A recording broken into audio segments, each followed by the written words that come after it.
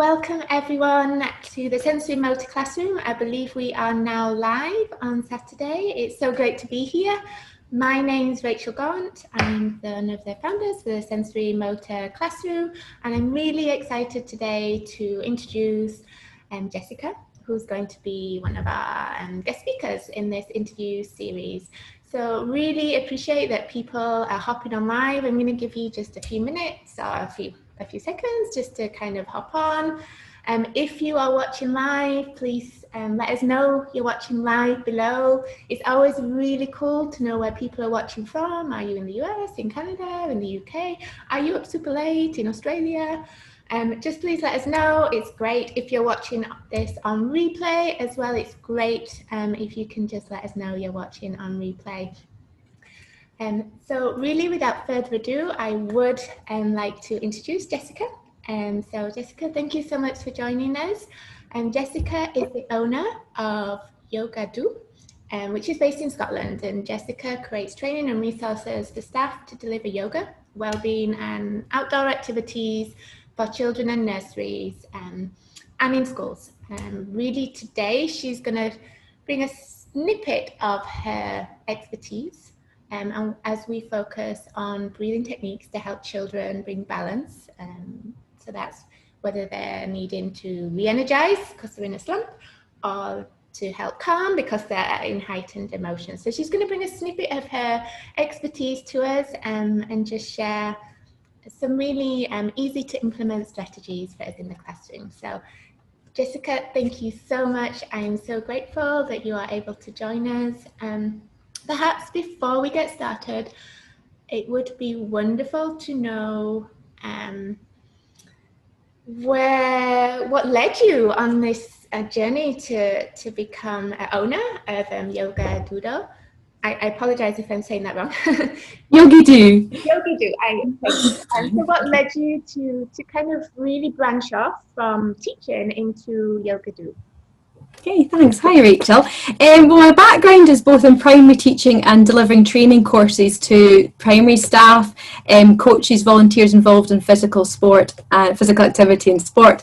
But it was during my time as an active schools coordinator that I also trained as a yoga teacher. So I decided to do yoga training myself to rehabilitate my own injuries following a bad car accident. But being such a stiff injured person, there was no way I ever saw myself actually teaching yoga, because I always viewed, like a lot of people, that yoga teachers are really bendy people. So funnily enough, although I'd done a lot of work with children, I had absolutely no intentions of teaching yoga to children, and my head was set on only working with injured people. But naturally, through my work and just in passion and enthusiasm, I began to deliver an increasing amount of kids yoga in schools. So working with an ASN department here, or a girls' self-esteem group there, and just gradually that naturally snowballed, and I got regular bookings for health weeks in schools. So I absolutely loved working with the kids, and you get a real buzz in the room when you're doing yoga with kids, and you know, kids take to it straight away, but you've also got kids who really don't want to do it, or they're maybe self-conscious, or they just don't like it and they feel uncomfortable with it. And then over time, just working with kids who especially feel like that and seeing them finally engaging and reaping the benefits was just amazing. And at that same time through my job, I was already leading a working group delivering designing curriculum resources for sport and physical activity for teachers anyway, and we were delivering CPD after school for them. So while on mat leave, there was a growing demand from teachers saying they really wanted a yoga course. And so I just designed a one-off course. I thought it'd just be one wee session, but every session that I delivered was fully booked and had a waiting list. So it kept on snowballing, and it was amazing to see. So I was blown away by just the sheer interest level, and I ended up designing 2 more courses. So the level 2 course is a chair yoga course for your classroom and outdoor yoga activities as well to embrace the outdoors. And also a nursery and early years course, because a lot of nursery staff at that time were saying there wasn't much training for them in terms of activity. So, and then naturally interest started coming from other local authorities too. So I left my job and Yogi Do was born. So it was amazing knock-on effect of it all as well. It was hard work because it's very tricky working with councils, and they all work in different ways as well. But it was really exciting too, and just a lot of the feedback from staff, everything evolved from what they said. So the whole course grew from what their interests were, what they were looking for, rather than me just coming in saying this will work and it'll be great. And a lot of the success actually came from is that the courses aren't about yoga at all. The course yoga you do, it's focused on, you know, building connections with ourselves, others, the world around us, you know, exploring different techniques to regulate our emotions, and about communication and building trust as well. So obviously having a lot of fun along the way within that. So yoga is really just a tool, and it's all more just helping kids and staff thrive in that learning environment. So yeah, Okay. a lot of fun. Thank you. Well, so it's really from your own personal journey that changed your professional trajectory and your professional career. Yeah.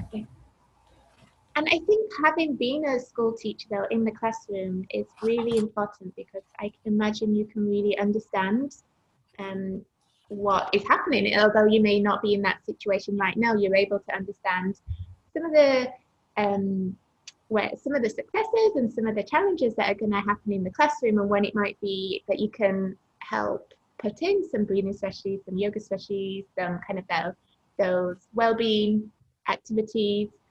But from your perspective,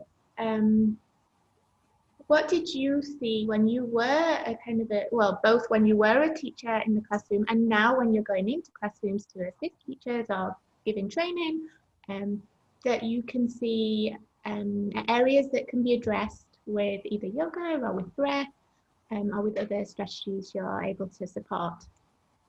Definitely. Well, one of the biggest learning curves for me when I was doing my student placements in my probation year was dealing with behaviour. I mean, I was terrible at dealing with behaviour. It was one of those things you just don't want to deal with. It makes you uncomfortable. You just want to be everyone's friend, which is ridiculous because you can't be their friend, but you can be friendly. But it was something which I found really tough, and the more staff I talk to, the more talking about dealing with behaviour is just such a huge issue, and it takes a lot of the joy out the actual teaching, connecting with children too. And my husband's a primary teacher as well, so obviously the conversations with him about dealing with behaviour and different strategies and so on. So it would be a lot easier to teach the kids, and they'd learn a lot more if we weren't dealing with behaviour. But we do know, especially through talking like in groups such as this, that behaviour is intrinsically linked to our senses. And once it starts veering off course, unless we respond accordingly to help children rebalance that energy, then it's quite easy for it to spiral out of control as well. So this is actually one of my weaknesses, has become one of my biggest passions now over the years, and it's how to help children be in a better place to learn. So this helps not just the children, but also the staff as well. So yeah, relaxation, really embracing that as a tool. But what's also come out of the courses as well, that I always talk about how important relaxation and the breath work is, but staff can be quite anxious about doing that with their children as well, because if a child, they think, oh, they just won't lie still, so I'm not going to get us into that situation, that's going to cause more stress, so we'll just miss that bit. But actually that's the most important part, giving children that opportunity just to enjoy moments of stillness and rebalance their energy. And not just for the kids, but for the adults as well, because we all need that too, and we all get stressed and, you know, get in that spiral of behaviour too. So instead, one of the biggest things I do always talk about on the course is different ways to help relaxation and make it more achievable, so that the child who needs it the most isn't then missing out on it because of that fear as well, just because their mind or body maybe isn't ready for it at that moment. So the first thing we always talk about is body position. So if everybody watching this just now, if we all just imagine yourself walking into a room which is just full of aggressive children. They're angry, they don't want to be there, they don't want to see your face, and you've got to try and teach them something, but they're giving you verbal abuse. So just notice how your body suddenly feels in that situation and how you're holding your body. Now visualise yourself walking into a room full of children who are excited to see you. They can't wait to see you. They can't wait to hear anything that's going to come out of your mouth, because they just think you're absolutely amazing. And they just notice how your body holds in that position. So our body language is so powerful, and it has such an impact on how we feel, and how we feel affects our body language as well. And we can be giving off different messages too, just like the children are maybe giving off different messages that they're not wanting to feel, but that's just what comes out. So when we go into that threatening environment, automatically we shrink, everything gets smaller, our shoulders go in, our head goes down, because we want to be smaller, we don't want to be exposed. But when we walk into a room where we feel confident, we're suddenly more open, and everything's open. And we just radiate more positive energy. So when we think about relaxation, we tend to think about, if you can see this, going into corpse pose, just lying down in Shavasana. So end of yoga classes or end of anything, you just lie down, relaxation, lying on our back. But again, we know from working with children, sensory awareness, that if we put them in a vulnerable position, you're going to trigger that stress response, the fight, flight, freeze response, which completely defeats the whole point of doing relaxation anyway. And that's where, you know, you could have a kid flying out the room or causing disruption, and then you're stressed and it's like, why did I do this relaxation? It's just no point. But we've put them in that vulnerable situation, because if we look at how we feel most comfortable and how our body responds to a threatening environment, if you're lying on your back, everything's open. You're vulnerable, your whole face is open, your chest, everything. And if you're threatened that environment and we're placing a child in a threatening position in that environment, it's no wonder that it's going to trigger the stress response, even if we think that's a relaxation posture. So one of the things I've always spoken about with adults as well as children is lie how you sleep.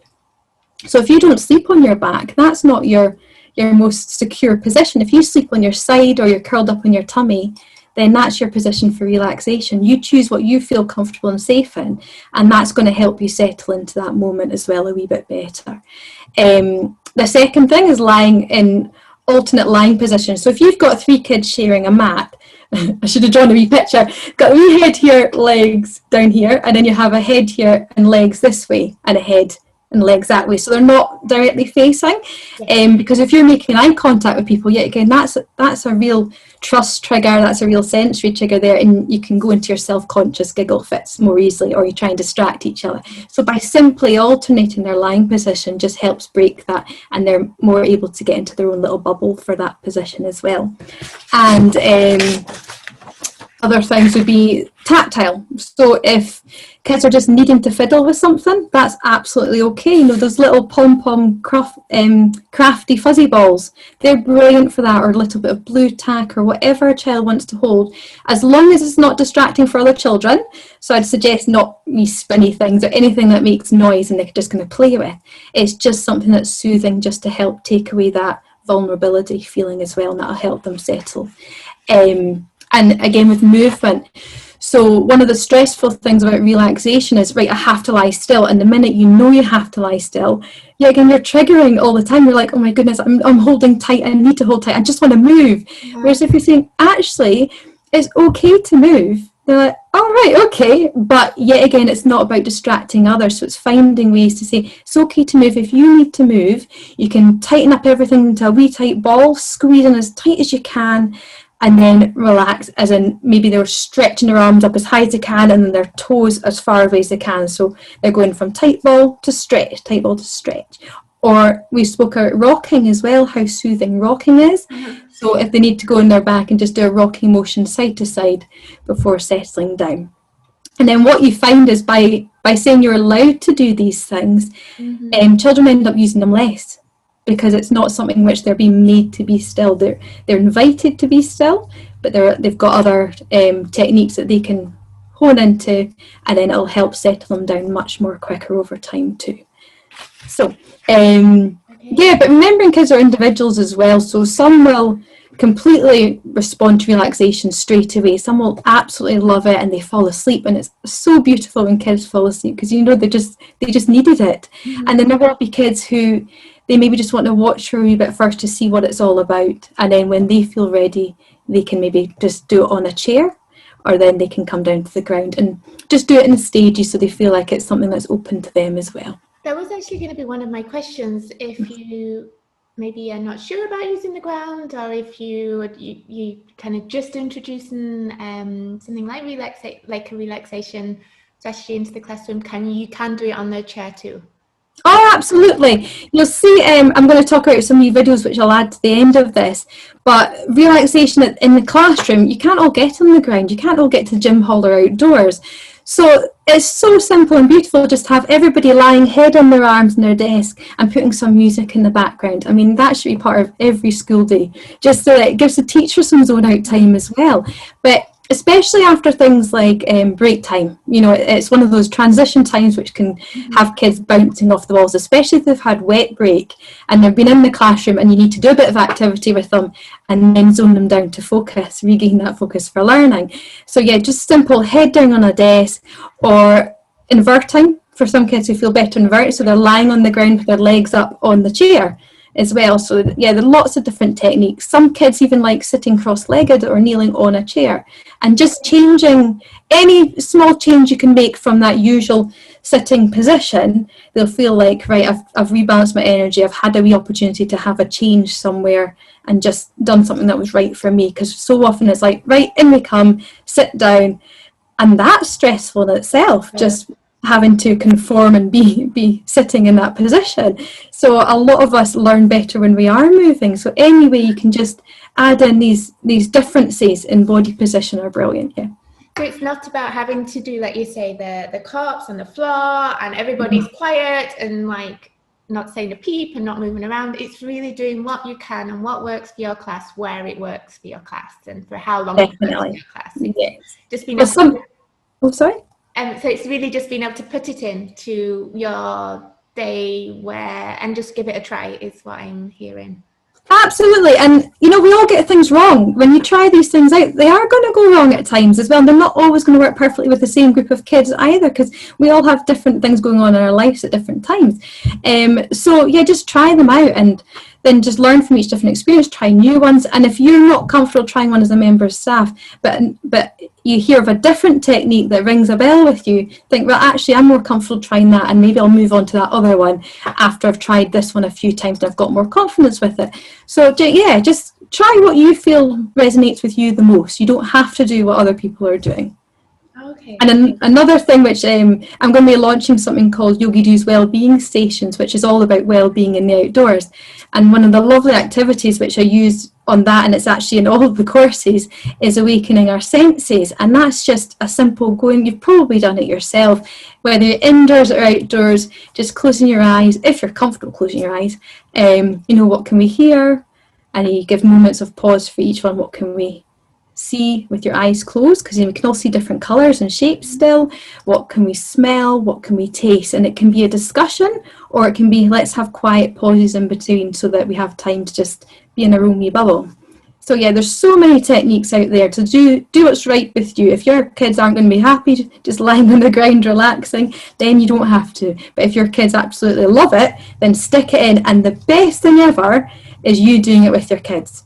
Because we all, adults as well, we need these moments too. But also for kids, it's really important for having adults who are modelling these behaviours too.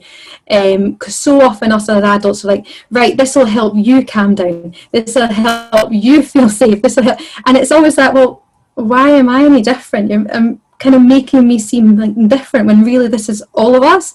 So this will help us feel like we're more calm.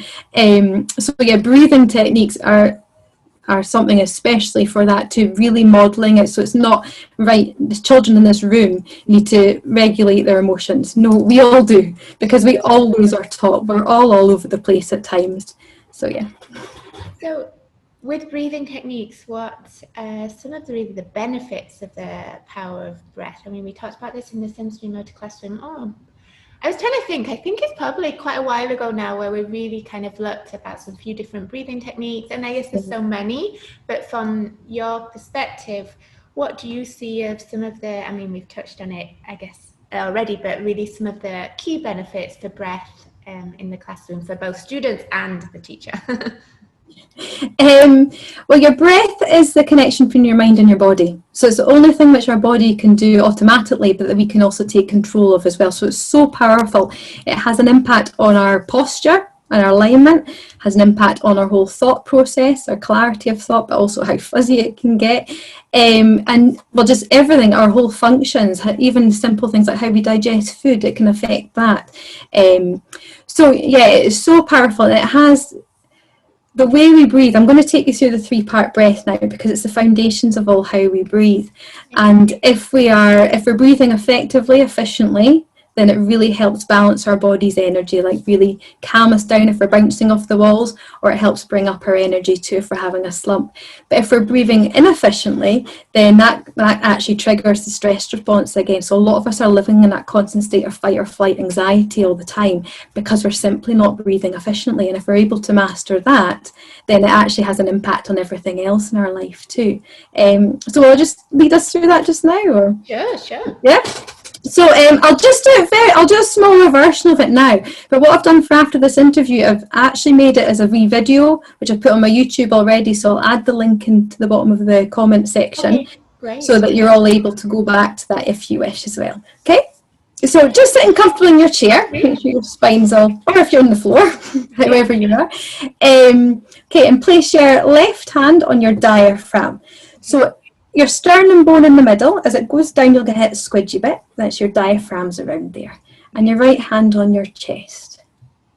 And just close your eyes. So by closing your eyes, it just helps draw your awareness into your own body and your own bubble, rather than everything else around you. Just breathe slowly and steadily. And notice how you breathe.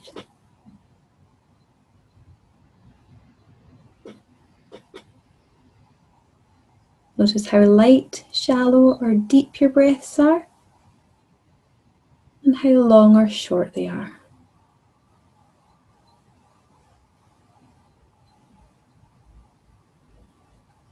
And noticing if you can feel your breath more with your left hand or your right hand, or evenly with both.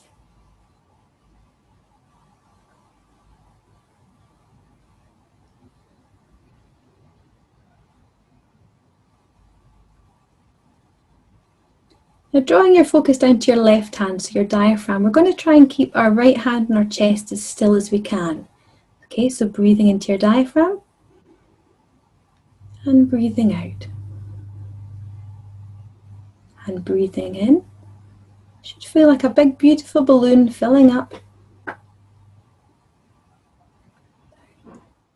And in. And out. And then moving your hands now to your rib cage at either side. So this time, as you're breathing in, feeling your rib cage expanding outwards, and breathing out as your rib cage comes in. Breathing in, expand, and breathing out. Breathing in and out. Okay, moving your left hand back to your diaphragm, right hand back to chest.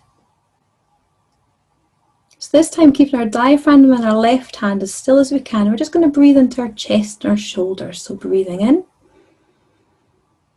and out. And in and out. And in and out. Okay, and relaxing your breathing to its own natural rhythm, just noticing how you breathe. Okay, so what we're doing here, we're just drawing our attention to our 3 parts of our lungs. So we've got our lower part where our diaphragm is, our rib cage, the side, and then our chest and our shoulders. So why this has an impact on how we feel, this is the very foundations of how we breathe. So when babies are breathing, they breathe very much from their diaphragm. It's very slow and steady and relaxing, because this is the most efficient part of our lungs down at the bottom. So when the diaphragm moves out like a beautiful balloon, it's actually creating space for the bottom part of our lungs to get all that oxygen in. But what happens as we get older, any trauma, stress, strain, worries, anxiety, all these feelings which impact our emotions, we start to breathe very much from our chest, and that triggers our sympathetic nervous system. So it's our fight flight response again, and we're ready to take flight. So but what's happening is this is now becoming the norm. So we're used to breathing up here rather than just having this extra space for air for taking flight. So we're not getting that efficient air down to the bottom of our lungs as well. And it's just leaving us in that spiral all the time. We're living on adrenaline and we're constantly going around. We can't think clearly, we can't process information. And we just need to stop and slow down and remember how to bring that breath down using our diaphragm as well to help bring that clarity, that balance too. So we use the 3-part breath for that. So if we just take our left hand back to our diaphragm and our right hand to our chest. And don't worry if you can't feel that bottom part of your diaphragm yet, because everything in our body, all our muscles, our fascia, everything remembers how we breathe and our posture. So it takes a really long time to change a habit. But just simply becoming aware that we're needing to use our diaphragm to help us with our breath. It also helps us working with children because they intrinsically have that from a young age. So it's about helping them keep that as they get older, especially when we start to get more self-conscious, because especially as girls, we're really guilty of sucking in our tummies when we breathe in. So then that actually constricts the space for our lower part of our lungs, and that adds to the stress, the fight or flight again. So we're yet again spiraling in that. So left hand on our diaphragm, right on our chest, and just close your eyes again. So keeping our chest still first of all, we're going to breathe into our diaphragm, expand our rib cage outwards, breathe into our chest and shoulders last, and breathing out, diaphragm falls in first, then chest. Breathing in diaphragm, expanding rib cage, breathing in chest, and out. Breathing in diaphragm, rib cage, and chest, and out. And just relaxing your breath, your own natural rhythm, and just being aware of your own rhythm, whichever that may be. And then relaxing your hands down and opening your eyes. Okay. So as I mentioned, it might be quite tricky for a lot of us because we become so used to breathing that way. So a really good way to check if you are raising your diaphragm is in a wee bridge posture. And again, I'll show you that in the video as well, I'll add in. Because when you're up in bridge, everything at the front of our body kind of falls to the back, so it exposes it. And it's a really nice, there's a lot of really good exercises you can do with kids for that too, placing wee teddies or bean bags on, which I'll show you in the video too, and they can pair up and watch the other person, because when things are very visual, it becomes clear. It can be really hard to see our own body and how things are working, but if we can see it on another person, then it really helps us visualize, how our own body's supposed to be moving. What I find, even though that was just a really short amount of time here, I'm really aware of my breath right now. I'm really aware of my breathing. And even though we did that maybe just for a minute, I guess, in total, like it feels, it's very powerful. Lovely. Yeah, the breath is so powerful. And we've totally become disconnected with it, which is so common. I mean, we all have lost our touch with our breath as well. So it's just about bringing those little opportunities to help us get back to them. We're so used to saying to kids when they get stressed, take a deep breath or take 5 deep breaths. But yet again, if their breath's all up here, they can take as deep, as long as breath as they like, until it's drawn down to their diaphragm. That's what's really going to be the golden nugget to helping them regulate their emotions. Mm-hmm.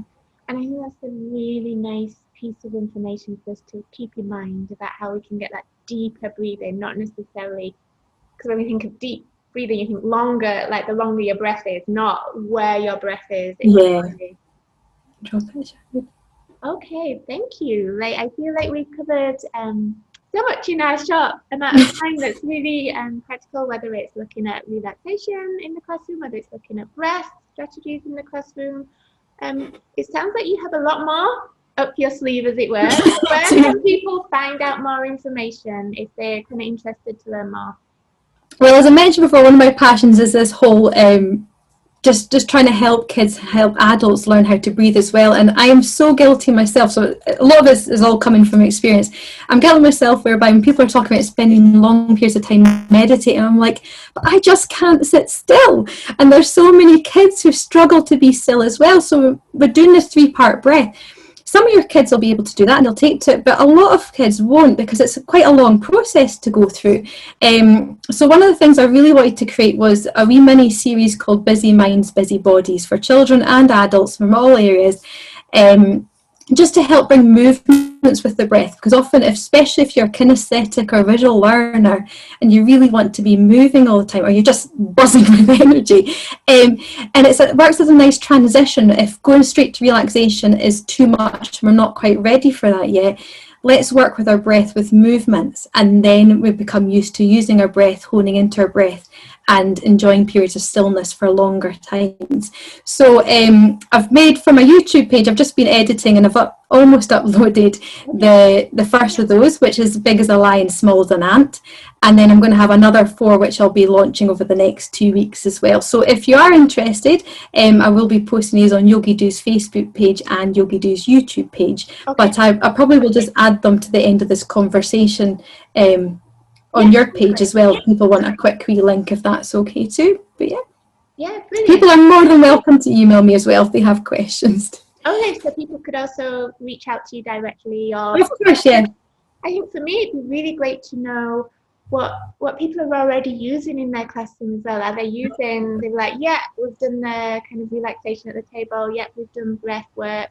And I know when we looked at breathing before, there was lots of great ideas. So it would be really good to know right now what are some of the go-tos that people are incorporating into their classroom that they find helpful. So what I love about the sensory motor classroom is how we're all sharing and we all can give each other ideas.